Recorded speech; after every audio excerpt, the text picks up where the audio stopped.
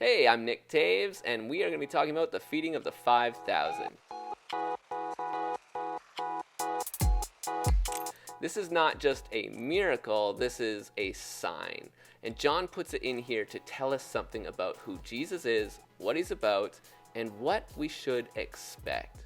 So let's dive in and explore this one. To really understand this story, we need to ask ourselves, what clues has John put in this story to help us interpret it? There are three major ones that should get us all into the same mindset.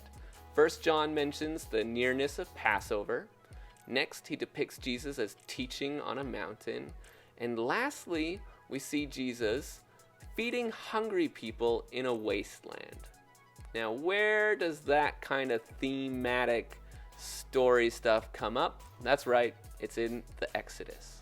The Exodus is not some small, obscure story.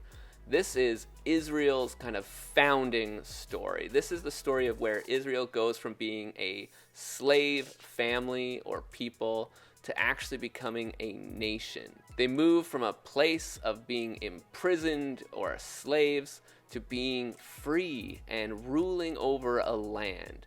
The Exodus is a story that sets Israel's identity up and tells them who they are, what their purpose is, and what they're to do as a people. Almost every nation in the world has this kind of story. For Canada, it's Vimy Ridge. At Vimy Ridge, we saw what Canadians were made of, what our relationship to the rest of the world was, and the need for our own sovereignty. It stands as a testament to what we are supposed to do and be as Canadians. And the Exodus was exactly the same. So when John puts these clues in the text, any good Jewish person would understand exactly what's being alluded to and what to be thinking while they read the story. However, just because you know what the stories are about doesn't always necessarily help. And in this case, the crowds watching Jesus are going to assume that they understand what's going on because of their past history, but they actually don't. In fact, almost every time somebody brings their assumptions to Jesus, they get it wrong and he corrects them, or downright, whenever somebody brings their assumptions to Jesus, it really doesn't fit or work, and he ends up correcting them. And we see this in this passage, because what's the crowd's response to Jesus when he feeds them? They want to make him king. In fact, they want to go back to the way things were. And they want to go back to the time of Moses or the time of David. And they're trying to force upon Jesus their own assumptions. But Jesus hasn't come to repeat what was done in the past. Instead, he's come to do something new.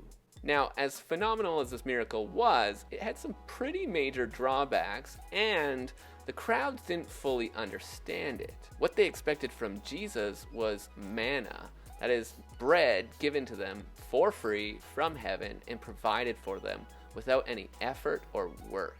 But this manna had some pretty big drawbacks. It couldn't be stored up, it was temporary, and most of all, the people who ate it weren't guaranteed to make it to the promised land. In fact, this bread became kind of synonymous with failure. Instead, Jesus offers a different kind of bread. This bread isn't a loaf, it's a person. And Jesus asserts that he is the bread of life. He's something more. He's something greater than what manna was. And the people are still not quite getting this. They don't understand what Jesus is really on about. Jesus is the bread of life.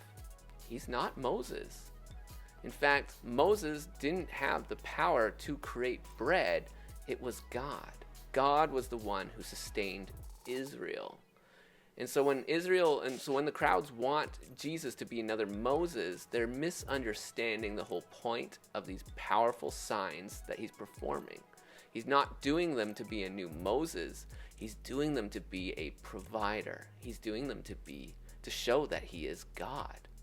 And Jesus declaring that he is the bread of life is the same thing as declaring that he is the source of life. This is a big claim. and it's no wonder that people tried to stone him.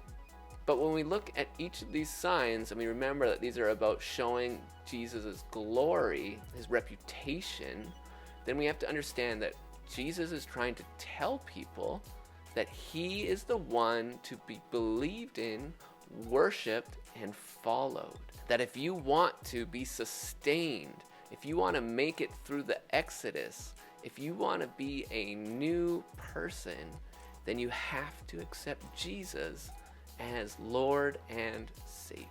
This is another powerful moment in this gospel, and it's one that reminds us over and over again to look to Jesus and nothing else.